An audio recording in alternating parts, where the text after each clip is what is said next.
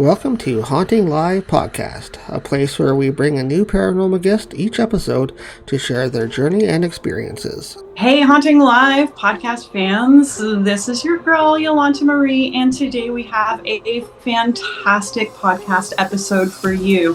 Not only is she a writer and a chemist, but she's a talented tarot reader. Her name actually means fluffy. It is the wonderful Mokko, straight from Paris, France. Hey everyone, check out our merchandise that we have now listed underneath HauntingLivePodcast.com. We used to be on Etsy. We are now on HauntingLivePodcast.com with our merch store. Check it out. We've got so much items all together with cleansing items and crystals and so much more. Check us out, HauntingLivePodcast.com. Follow us here at Haunting Live, our news shows, and we are honored to have a brand new co-host on our shows now. Yolanta Meri is our co-host, and she does a lot of work for us on the side and introduces people to the show and discusses different topics on the show. So we're really happy to have her here this season. So go check out our brand new episode. Check out Divine Oracle Podcast with your hosts Gypsy Lady Eva and Brother Chris as they discuss spiritual topics and current events. Sit back and listen. Popping. For more Haunting Live real experiences, be sure to follow us on our social on Instagram, Facebook, and also Blue Sky. And don't forget to also check us out on our official website, HauntingLivePodcast.com. Hey, Haunting Live podcast fans. This is your girl, Yolanta Meri, and today we have a fantastic podcast episode for you. Not only is she a writer and a chemist, but she's a talented tarot reader. Her name actually means fluffy. It is the wonderful Mokko, straight from Paris, France. Hi, Mokko. Hi, everyone. Hello. Hi. Thank you for joining us from France and joining us today on Haunting Live. I appreciate you taking your time all the way from France today. How are things over there? They're more or less peaceful. Last night was a bit of a mess because I was doing a tarot reading, and then one of my neighbors was having a very loud party at the same time. That's no good. So Mokko, you do you have a YouTube channel, yes, where you do tarot readings live? Yes. And last night I was actually doing Taylor Swift. Oh, so those not familiar with Mokko's channel, Mokko does celebrity readings live on her channel. So do you have any insight for us on Taylor Swift? I don't know if I want to get anyone in trouble. I've actually done a deep dive on her maybe two years ago, I believe.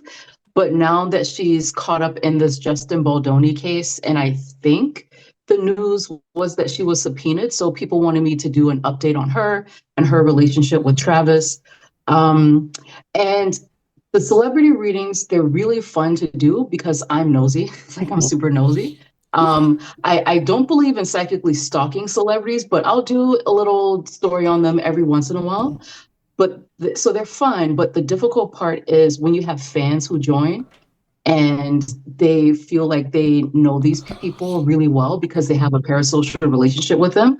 And sometimes, people can say pretty nasty things whenever I read on really big celebrities. And you'd be surprised. It's a lot of the K-pop celebrities, but then if it's someone really big like Beyonce, sometimes Katy Perry, Jennifer Lopez has some very passionate fans. It can get pretty dicey. Thankfully, there weren't that many of her fans on the live last night. But she doesn't want to testify. I don't think you need a tarot reader to figure that out. I don't believe that she had much to do with casting, but in terms of sabotaging Justin Baldoni in order to get her name out there in the filming industry, yeah, she was part of it. She was part of it. But what I really like to do when I read on celebrities is I do read on the salacious things, like say for instance, P. Diddy and all the stuff that's happening with him. But I also like to mix it with empathy, of course, but also because I recognize that some people who are watching the celebrity stuff, they may identify with that celebrity. And sometimes it's because they may have had a similar childhood. So, especially with Taylor Swift, I like to read on her childhood and what may have happened there that leads to her type of personality. And kind of, she's a bit tricky. I like her, but she's a bit tricky. So I tend to spend more time talking about them as a person rather than as a celebrity. And I think that maybe makes me a little bit different, because I also see those videos as learning tools. So for people who may have a similar background or maybe going through similar things like drug addictions, they can hear a message that they see in the videos. And I also have people who are trying to learn how to read tarot and they watch those videos as well. So if something that I predicted happens in the real world, they can look back at that video and see the cards that I used to understand what was happening, and then they can learn as well. So it's kind of childish celebrity gossip, but I try to make it educational in a way as well, basically. Yeah. Well, how did you get started in all of this? Like, how did you get drawn to tarot, and how did you get drawn into the celebrity part of it as well? Well, that's kind of complicated. Sure. So I'm American, and I grew up in the American South in South Carolina, Mm. and I'm Geechee. So it's called Gullah, and then the Gullah people who left stayed on the island. The ones who left and went to the city, the mainland, were called Geechee. And in my culture, we have things like root workers. And it's kind of like voodoo, but kind of not. It's more like folk magic for African Americans down south. Okay. And hopefully, no one from my family sees this, but my grandma was basically a root worker in her youth. And she must have made some enemies because she was highly superstitious. So, if she, specifically with me, if she would cut my hair, she would keep my hair in a bag and she would refuse to throw it out. She would keep it and burn it. And she used to cut my nails as well, and she would keep my nail clippings too. And I remember one time asking her, well, why do you do that? She said, oh, because I don't want the crows to get it, right? So anyway, so just keep that in the background. So I used to go to Barnes and Noble with my best friend. She loved to read manga, so basically anime.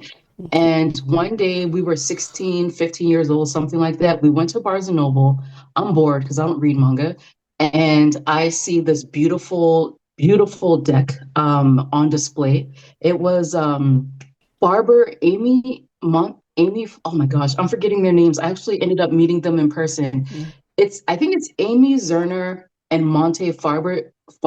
They are a married couple. I think Amy, she's a clothing designer, and Monte, he's like a psychic astrologer, something like that, and they live in New York. But that deck was so gorgeous. It was absolutely beautiful. But it's a difficult deck to have as your first because the imagery is gorgeous, but it kind of doesn't make sense at the same time. No shade. So I took that home. And despite my grandma's root working past, I grew up in a heavily, heavily Christian background. It's Southern Baptist, evangelical. I used to read Harry Potter. Some of my family members used to call me a witch, and I was controlled by the devil. So I grew up in that sort of household. But my grandma saw that I had tarot cards, and to my surprise, she told me to keep doing it, to just keep it a secret from my dad and everyone else. So I did that for a while. I mean, I used to think that I used to be a witch. I used to be on GeoCities, Angel Fire, looking for all these spells and everything. So it's something that I kept pretty much secret. I only told like really close friends, and then went to school, became a chemist. You kind of forget those things when you lead more with the logical side of your brain. And then sometime in, I think it was 2014, I was a fragrance chemist trying to become a perfumer, and I randomly went to a tarot reader in Brooklyn, and she used this deck, The Wild Unknown, and it was gorgeous. Again, another tarot deck drew me in, so I purchased the deck, and I decided, you know what, let me start practicing like full time. I was still a chemist, but I wanted to add more of that into my life. So I started doing that. And then some of my friends, they were just like, well, can you give me a reading? So I would give them free readings. And then I started becoming friends on Discord with K-pop fans. So they would ask me, can you do a numerology reading, a face reading, a tarot reading on these celebrities? And what I would say would actually come true. So then from there, I ended up building things. And there's even a bigger story for how it became full-time in it, but I'll keep it shorter. So 2020, I was supposed to go to France to go to a perfumery school. I was already accepted and everything. And COVID happened, of course, and things were pushed back. But I was accepted, getting my visa ready. Everything is all go. It's been 10 years. I'm trying to be a perfumer. And then I would say less than a week after I was accepted, I was hit by a car. And on my bike, this lady just ran into me, flew off. Everyone's taking videos and everything. It was that bad. Had knee surgery. I couldn't walk properly for, I would say, maybe 2 years. So I had to not be a perfumer. I couldn't go to France. I had to stay in my bed during lockdown for, from 2020 until 2023. And in between them, I decided, well, I don't really have anything else to do. I'm not working. I can't really walk. So let me just do tarot readings full time. And that's how it started, or at least the professional side of it. That's how it started. So, and what's interesting about that is I remember like just speaking to my guys and saying, listen, if I'm not supposed to do this perfumer thing, just take it away. And 3 days before I was going to get knee surgery, my job called me to tell me that I was fired because I hadn't come back in over 6 months. And it was difficult. I was so mad. I'm still mad about it now, but it's one of those things where you ask for it and then it happens. So it just goes to show this is what I'm supposed to be doing. So that's the story in a nutshell. Oh, wow. So when people talk about silver linings to a bad situation, that is one heck of a silver lining. Yeah. It's been a lot of fun. I've developed patience because I really lack that in my normal life. And now it's to a point where I can't even imagine going back to a fragrance lab. I just can't imagine it. So how was that rectifying like that scientific chemist mind to switch over to more of that flowy tarot or spiritual lifestyle? Because I imagine that would be very, very different going from more analytical or science-minded to the well, I don't. or For me, it doesn't feel like it switches because it feels like it's always been there. Because again, I grew up heavily religious, but I used to get in trouble in Sunday school all the time for asking questions. My dad, he's an engineer, and a lot of the people in my family, they're teachers, but they're also in the military. So there's always been this sort of strict, I don't even know how to describe it, but kind of grounded mentality with my family. But then, I mean, I don't want to offend anybody, but I feel like Christianity is quite magical itself. I mean, religion is quite magical anyway. So it didn't really feel like a switch to me.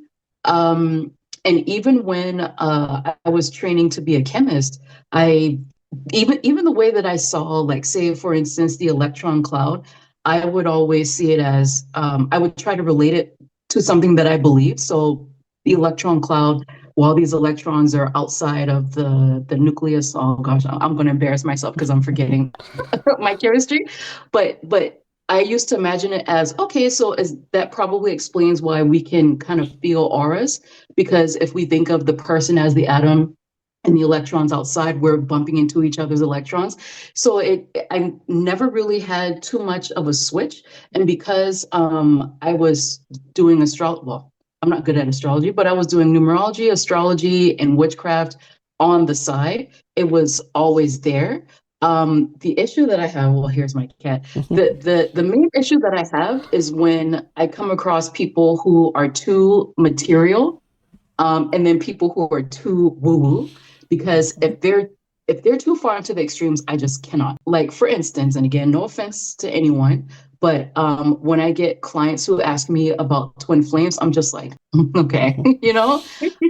Or if I get a client where I get the impression that there could be some demonic thing or some possession thing or some spell hex or whatever on them, and they completely dismiss it while they're seeing a tarot reader, then I respond like, really? Like, are you kidding me?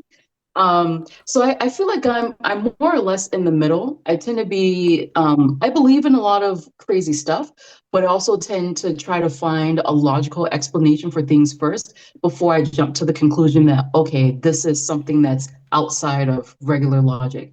So I would say I'm more or less balanced. It doesn't feel like I'm making too much of a switch.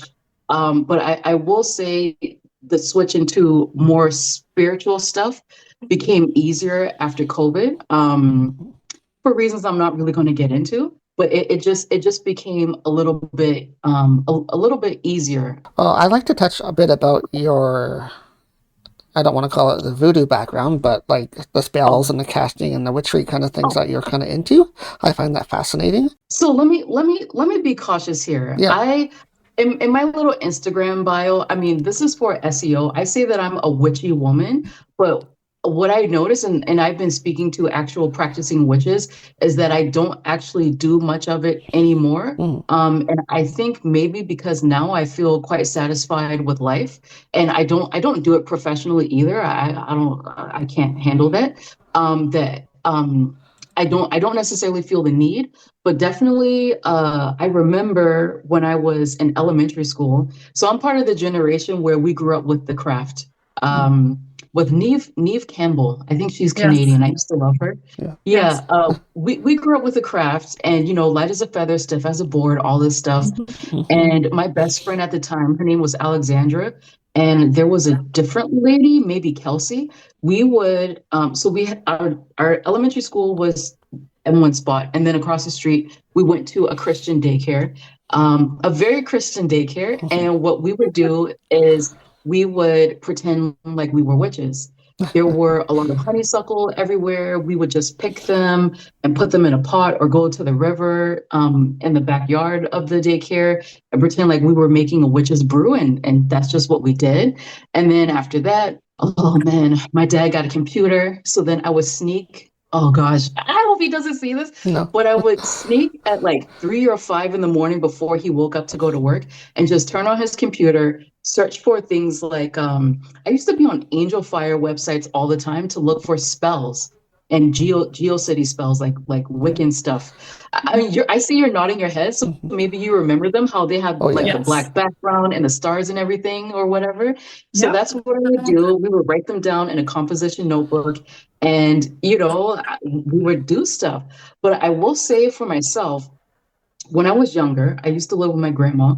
When I was younger, I used to hear things. I used to hear like whispers into my ear. And my grandma used to say, "Oh, that's your guardian angel speaking to you. Don't worry about it." And then I used to see orbs of light as well. And of course, it's a Christian background. She would say there's no such thing as ghosts, but there are spirits. Well, it's a Christian root workish background. But there was one time, I hope my family doesn't see this. There was one time there were a couple of family members who were not being that nice to me.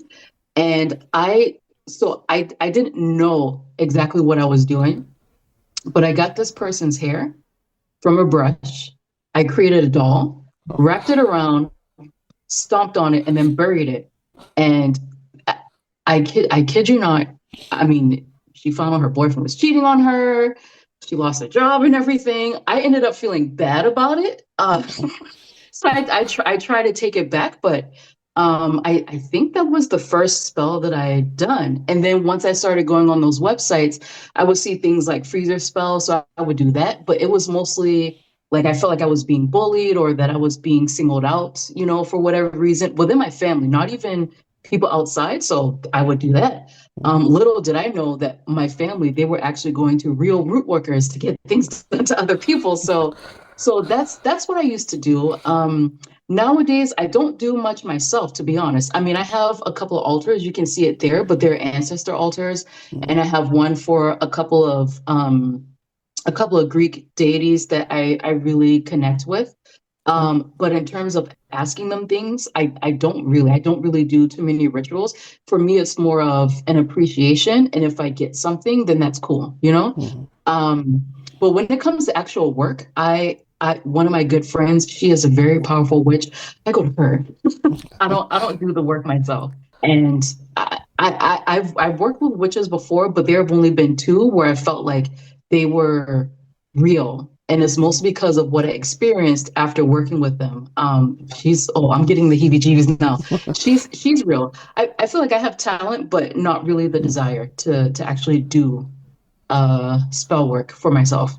Now you are you're doing just mostly the tarot. Are you still doing the numerology as well? No, it's no, I'm not doing numerology. I do tarot. I do tarot readings. And actually right now I'm in school. I'm about to graduate in a couple of weeks. So I don't even have time to do anything else, to be honest. Okay, so let's just what are things for people that maybe aren't familiar with the depth that tarot can give us? What are things that would be beneficial for people to ask or understand about tarot that maybe they're not asking or understanding right now? Because it feels as though they're probably just asking really surface level questions when we can probably go a little bit deeper and get better responses and better changes within life. I would say, I mean, listen, I'm guilty of asking plenty of surface level questions. Like last night, I asked I asked my guys, should I keep giving my cat this medication tonight? And they're just like, yeah. So I ask questions like that all the time. I'm guilty as charged. Actually, I think what I see often, so I try not to watch other readers too often because I don't want to be biased or anything when I'm doing like my own celebrity reading. But even with some of the people I know, some clients who are learning so for me, I don't use spreads at all. I don't use spreads because sometimes I think that in using a spread, you can kind of confuse the message a little bit. So say, for instance, you're using a Celtic cross spread and it has a specific placement, a specific way that it answers a question. So yes, the question may be answered by the King of Cups or something like that. But maybe if you take if you go backwards to look at the spread and see it from a grander point of view, I'm kind of losing my English words.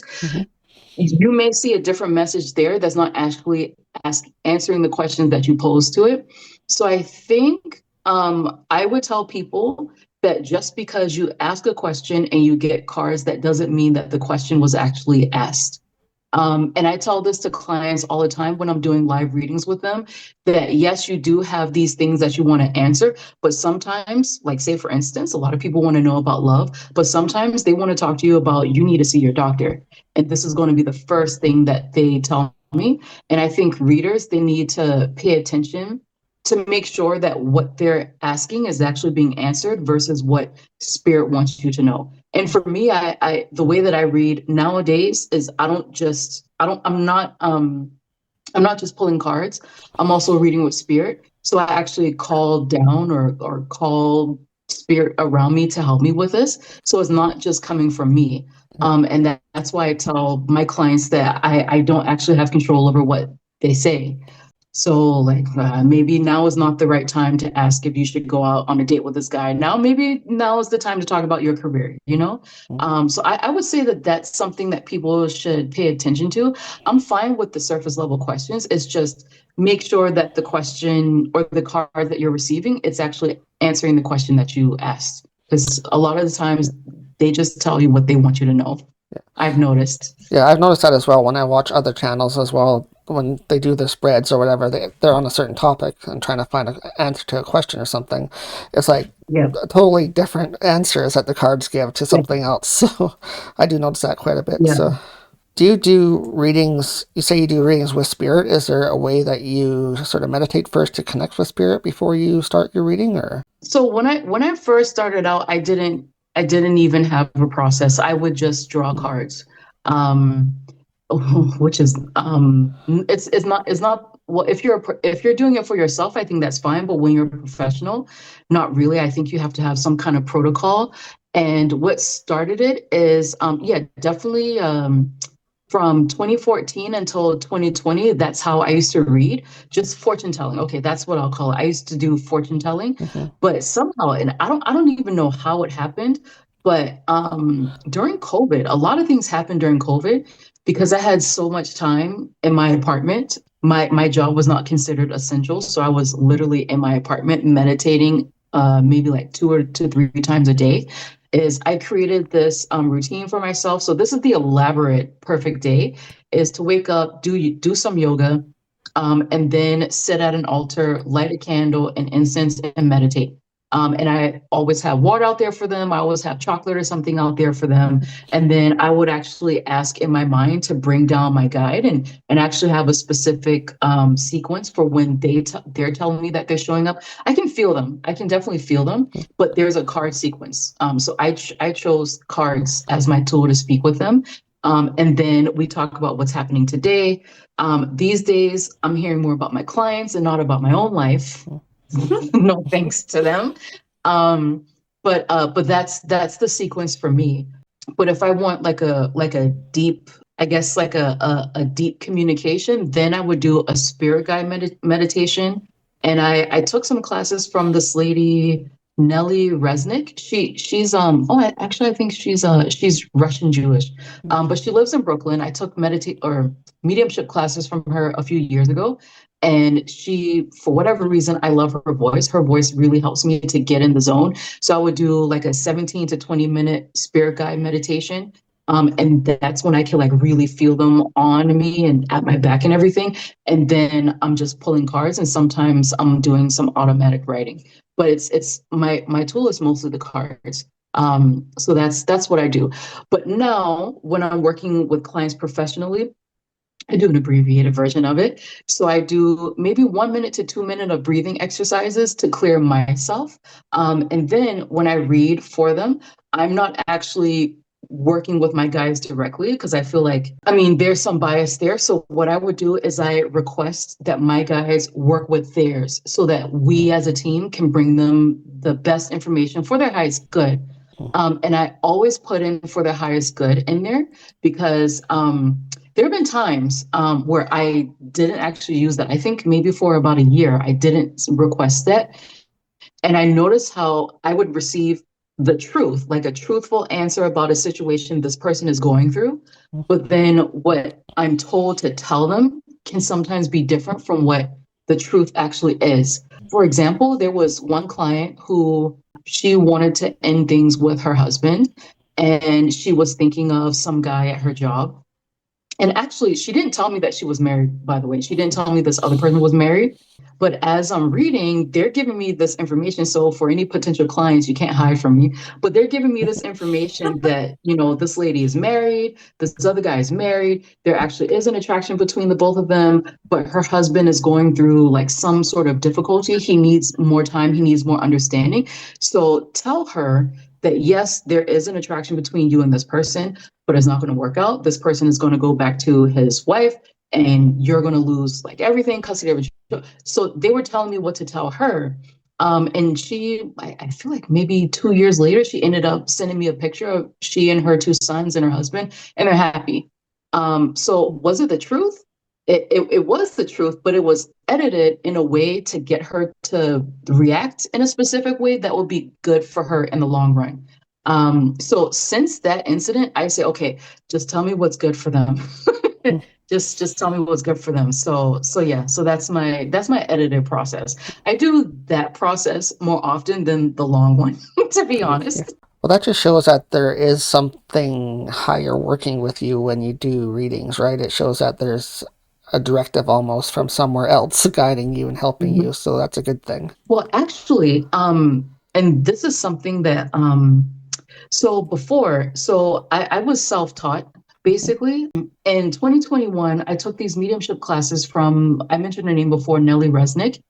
And it was a small group thing, 6 courses. And at the end of the courses, we had 2 sessions to be to have with her privately.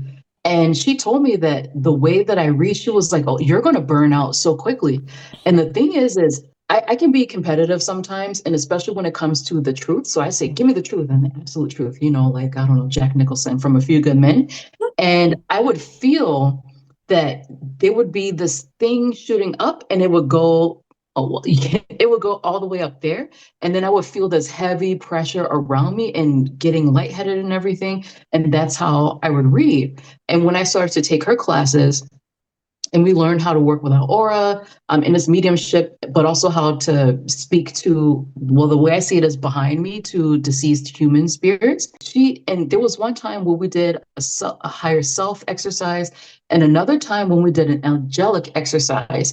And the feeling that I had when I would used to read for, I would say, the first year and a half, was the angelic feeling that I was getting when I was working with her.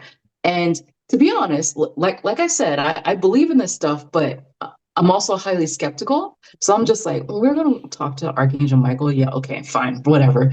But I'm telling you, I felt it. I felt it. And when we had our solo conversations, she told me that you don't need to do all of that just to give people readings. Like, please. I mean, she kind of told me to stop showing off.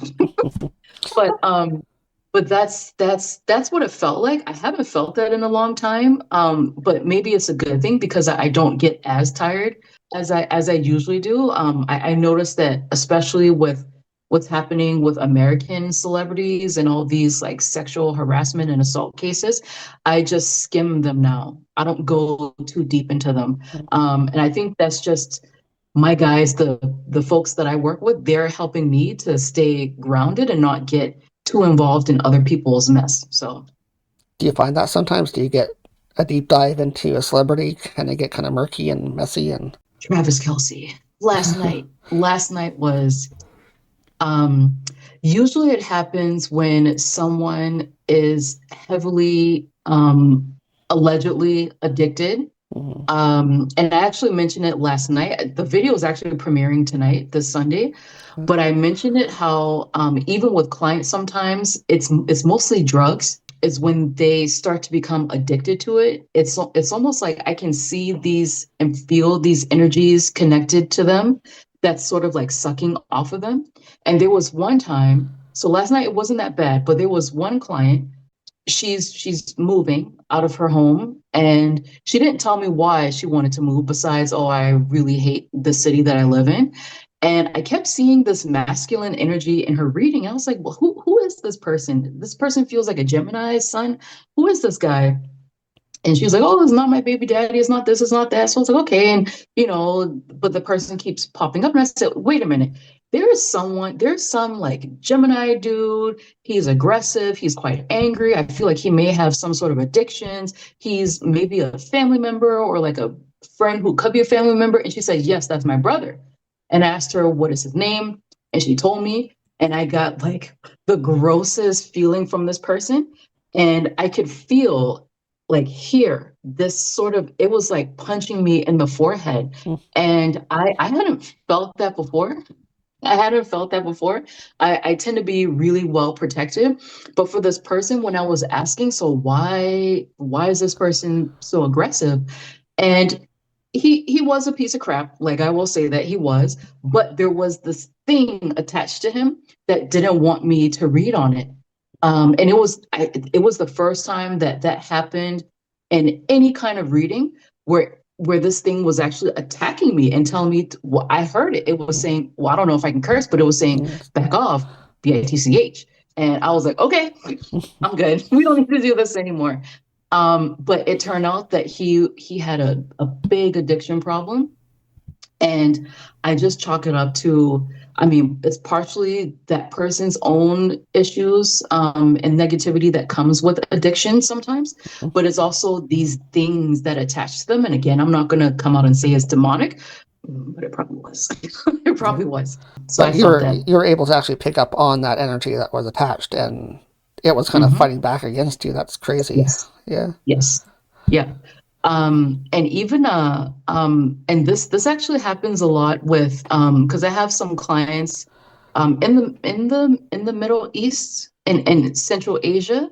And I used to have a lot of clients in Pakistan, and it makes sense. I'm not being stereotypical. But this one client's mother, there was a demon attached to her. And I was explaining that it's actually not your mom who's hurting you, it's this person who is. And usually people feel like really weirded out. Even if they're seeing a tarot reader, maybe they're not that deep into it. And she said, "Oh, I know. My dad's ex-wife that she stole my dad from, she put a curse on our family, and now my mom has been acting crazy like that." So some people they know, and they accept, and other people it's like a complete shock. But for that one, it wasn't attacking me per se. It was kind of like watching me a little bit, and I was getting like, "Whoa, like what's going on?" And we're on video, and she turned around and she could see that a plant just fell over. So I don't know. It could have been a draft, but we were both looking at it like, what the hell is that? Oh my goodness. So it happens. It happens sometimes. I'm not a big fan of that. I'm not a fan of it. But it happens. And last night, the Taylor Swift reading, it's not her, it's that guy she's with. I hate his energy. I can't stand it. I don't like reading on it. I felt so sick before I went to bed last night. I don't like it. Interesting. But so far, Diddy has been the worst. Oh my god. So when's T Swift having a baby? I saw she wants one within 3 years. Within 3 years. She sees that it makes sense with him. I don't really feel love like that. It feels like they're really good friends. It's kind of like a PR friend type of thing. It makes sense for her to have one with him. So I've been saying this, I think maybe since, well, I don't even know when they got together, because funny enough, I don't actually follow these celebrities because I don't want to be tainted by what I already know. But whenever they got together, I did that video and I say, yeah, I see them having a baby, not really being married, but a baby. She wants to be a mom. So I would say within 3 years, if they stay together. I don't know. I don't like him for her. Okay. I'd almost think it's sooner than that, but that 3 years, that's a pretty good window. Yeah, it's within 3 years. Within. Okay. So what other like wild things did you see in the tarot, or just, I don't know, it almost feels as though you're like, it's like psychic or guided on top of the tarot. What's kind of blown your mind a little bit? Okay. This has nothing to do with tarot, actually. It's I'm starting to stutter now. So it's one of those things when you know something intellectually, but it's not until you experience it that you actually believe it. So again, when I was growing up, there were root workers in the neighborhood. People saw them for love spells and whatever, and then they would go to church the next day. Some of my family members went to some of them. I went to one lady when I was like in my 20s, because there definitely was a hex on me. Well, it was actually on my grandmother. Oh, I found out why my grandma used to keep my hair is because she used to be a root worker. Someone cursed, put a hex on her, whatever you want to call it, and they wanted to curse her favorite children and her favorite grandchildren. My grandma does not have favorite children, but she does have a couple of favorite grandkids, and I was one of them. And it was definitely passed down to me. And I worked with this one lady to get it off me. And this woman, she was legitimate, but she was also a bit of a scammer. And she got it off me. And the funny thing is the day after I did work with her, this root worker, he showed up. I don't remember what movie I was watching, but it was myself, my grandma, and my dad. And we were going to the Dollar Theater or something like that. This was like mid 2000s. And I saw this person there, and he looked like a stereotypical voodoo guy, dreadlocks. Well, dreadlocks is kind of offensive now. Long beard, salt and pepper beard with like feathers and whatever, beads. And he had a freaking staff, dude, like Gandalf. And we're in the theater, and I see this man get up and he walks behind me back and forth 3 times. And I'm just like, yo, what is happening? So there's that. But I would say the most what the F experience I had is my friend, which I really hope you guys have her on the show because she's amazing. She did work for me. And this was the first time I was working with her as a client. And again, I believe this stuff, But I just like, it's not until you experience it that it's just like, oh wow, it actually happened. So she agreed to do this work. And when you do work with a witch or with whatever, you make a spiritual pact with that person as well as the energies that they work with. And she works with a lot. She's so powerful. So that night, it was December 22nd. I went to bed. And I think I fell asleep. Yeah, I think I was still like my leg was still in cast and everything. And my computer was right in front of me. My cat was sleeping there and all this stuff. And I went to sleep. And then I jolted awake and I felt like this like hot like fire thing just go straight from here all the way down, and it went to my chest, and I could feel my body just like buzzing and vibrating. I mean, if you've ever seen plastic in a microwave, that's what, or not plastic, but like aluminum foil in a microwave, that's what my body felt like. Like it was kind of on fire, and it felt like I was like melting, but then I was buzzing at the same time. And then even though I felt like I was melting, like my skin felt like it was hard at the same time. So I feel all this stuff, and then I feel what felt like hands in my chest, and it felt like it squeezed my heart 3 times, like that. And I'm sitting here like, do I have COVID? Like, what is going on? Like, what's happening here? And it felt like it went on forever. But then I heard sort of like a laugh. It didn't sound like an evil laugh or anything, but it was creepy. I heard a laugh, and then it went away. And then after that, like immediately after that, I heard the cha-ching sound. So if you have an Etsy or something, it was Etsy. It has that little chime, the little ching chime. Yes. So there was a ching chime, and I was like, so then my computer was there, and I made a sale, and it was 3 in the morning. It was 3 in the morning, 3 in the morning, and I look at my computer, refresh it, and the person who purchased something from me, their name on Etsy was Beautiful Soul, No. and excuse me. It was Beautiful Soul. I was just like, what the F was that, man? What was that? And then, I was like, okay, well, let me just go to sleep. And what was interesting is my cat, he wasn't freaking out. He was like at the foot of my bed. And I'm looking at him, I was like, are you supposed to do something? Like, what are you doing? So then the next day, I was like, was that her? Should I tell her something? And then I thought, oh, maybe not. Well, it's not the next day, it's the same day, but that morning. And then later on in the afternoon, I'm thinking of like, maybe I should tell her, like, what was that? But it slipped my mind. And then I called Amazon for something. And the person that I spoke to shared the name of my friend. So her name is Shireen. And this person's name was Shireen. She did a great job. So I asked her, oh, what's your name so I can like give you a really good review? And she said, oh, my name's Shireen. So I was like, okay, let me just contact her. Let me just contact her.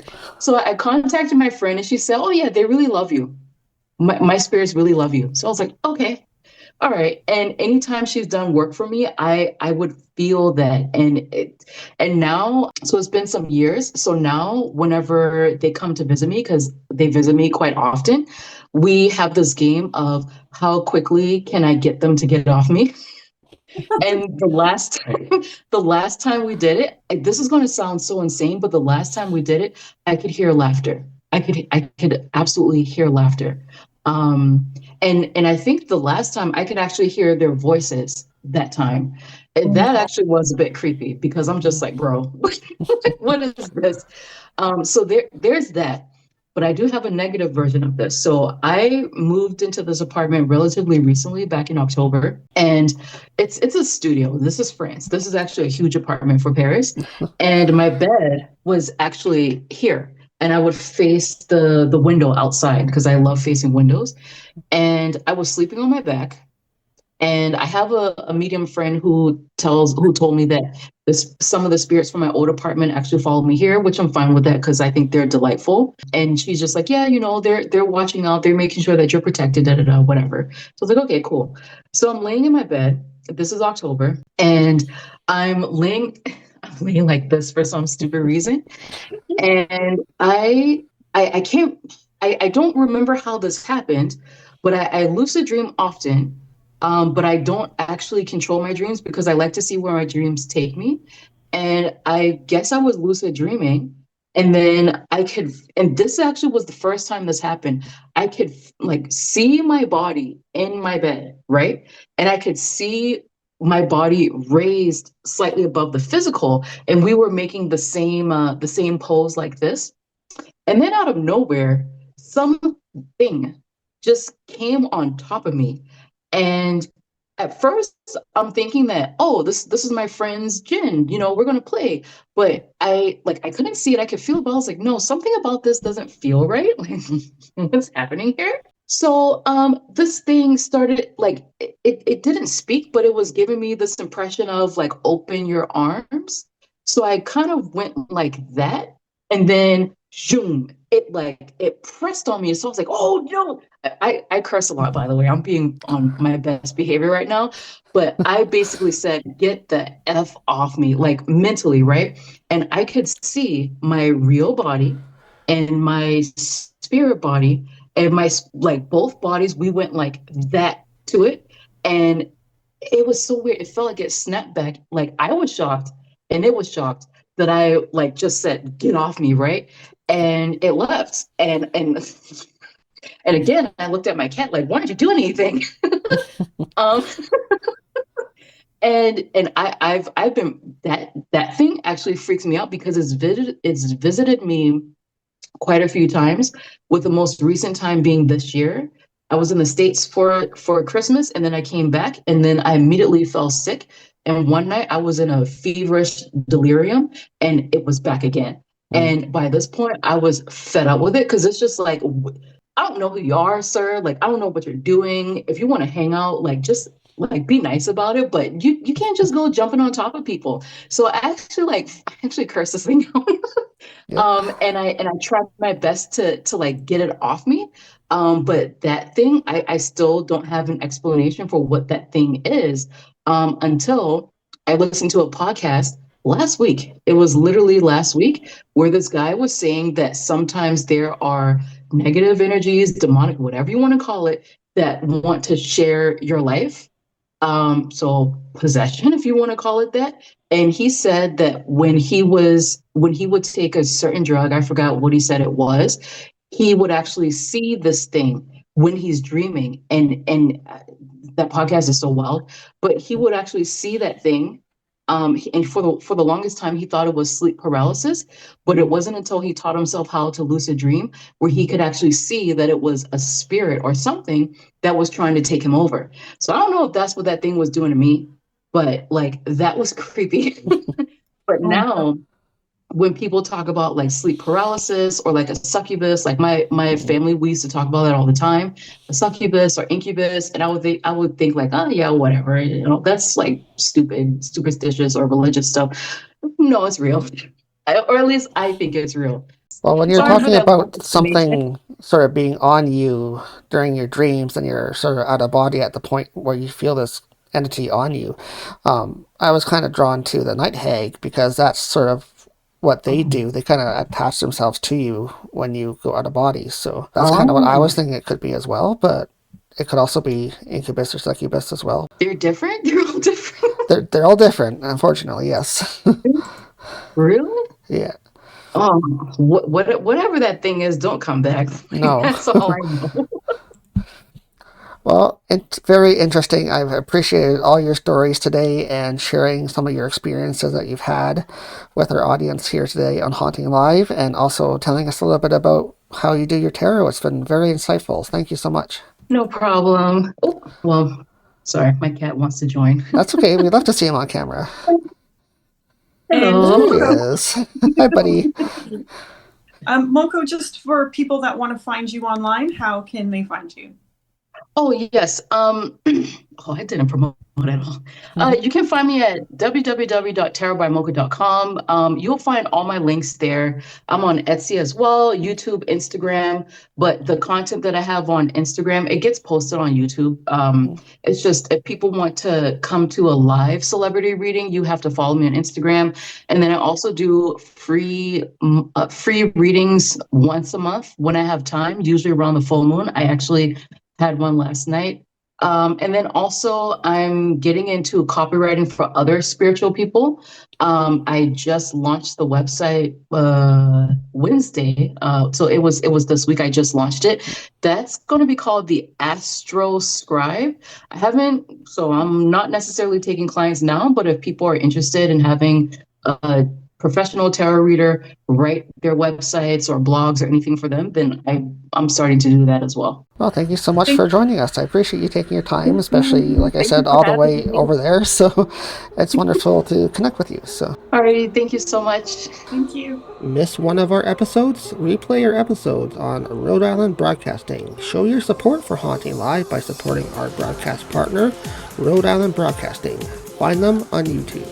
For more Haunting Live real experiences, be sure to follow us on our social on Instagram, Facebook, and also Blue Sky. And don't forget to also check us out on our official website, HauntingLivePodcast.com.